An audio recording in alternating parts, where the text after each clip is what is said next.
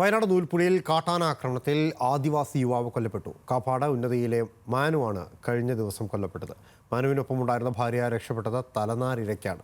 വന്യജീവി ആക്രമണത്തിൽ നാട്ടുകാരുടെ നേതൃത്വത്തിൽ ശക്തമായ പ്രതിഷേധമുയർന്നു. കുടുംബത്തിന് 10 ലക്ഷം ധനസഹായം നൽകാമെന്ന ഉറപ്പിന്മേൽ പ്രതിഷേധം താൽക്കാലികമായി അവസാനിപ്പിച്ചു.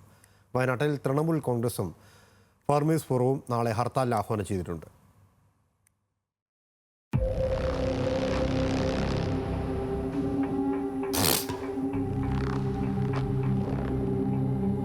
കേരള തമിഴ്നാട് അതിർത്തി പ്രദേശമാണ് നൂൽപ്പുഴ.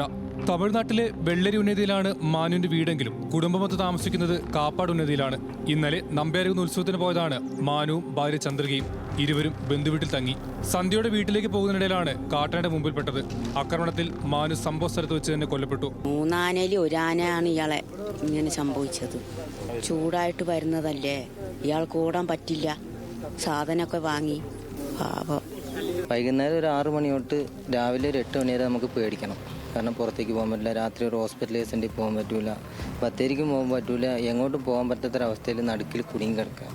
അപ്പോൾ ഗവൺമെൻറ് വേണ്ട രീതിക്ക് അതിനുള്ള കാര്യങ്ങൾ ചെയ്തു തരിക. ഫെൻസിങ്, സ്ട്രെഞ്ച് കാര്യങ്ങൾ.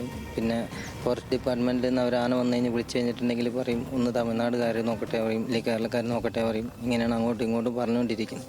മാനുവിനൊപ്പം ഉണ്ടായിരുന്ന ഭാര്യ ചന്ദ്രിക കാട്ടാന ആക്രമണത്തിൽ ഭയന്നോടി. പിന്നീട് നടത്തിയ തെരച്ചിലൊടുവിൽ സമീപത്തെ ഉന്നതിയിൽ നിന്നുമാണ് ഇവരെ കണ്ടെത്തിയത്. ഇൻക്വസ്റ്റ് നടപടികൾ പൂർത്തിയാക്കാനെത്തിയ പോലീസിനെ നാട്ടുകാർ തടഞ്ഞു. വന്യജീവി ആക്രമണത്തിൽ ശാശ്വത പരിഹാരമെന്ന ആവശ്യവും കുടുംബത്തിന് ധനസഹായം ആവശ്യപ്പെട്ട് നാട്ടുകാർ പ്രതിഷേധിച്ചു. ഇതൊന്നും ശരിയല്ല.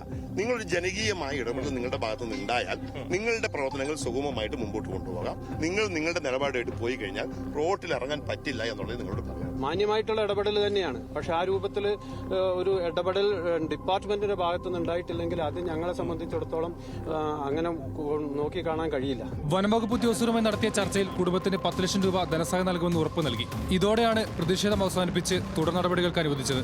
കാട്ടാന ആക്രമണത്തിൽ പ്രതിഷേധിച്ച് ഫാർമേഴ്സ് റിലീഫ് ഫോറവും തൃണമൂൽ കോൺഗ്രസും ചേർന്ന് വയനാട്ടിൽ നാളെ ഹർത്താൽ ആഹ്വാനം ചെയ്തു. ബുധനാഴ്ച നാളെ രാവിലെ 6 മുതൽ വൈകുന്നേരം 6 മണി വരെയാണ് ഞങ്ങൾ ഹർത്താൽ ആഹ്വാനം ചെയ്തിരിക്കുന്നത്. അതിനകത്ത് കുടിയേറ്റ ജനങ്ങൾ പൂർണ്ണമായി സഹകരിക്കണം. ഫാർമേഴ്സ് റിലീഫ് ഫോറവും തൃണമൂൽ കോൺഗ്രസും കൂടെ സംയുക്തമായിട്ടാണ് ഞങ്ങൾ ആലോചിച്ചിട്ടാണ് ഈ ഹർത്താലിന് ആഹ്വാനം ചെയ്തിരിക്കുന്നത്.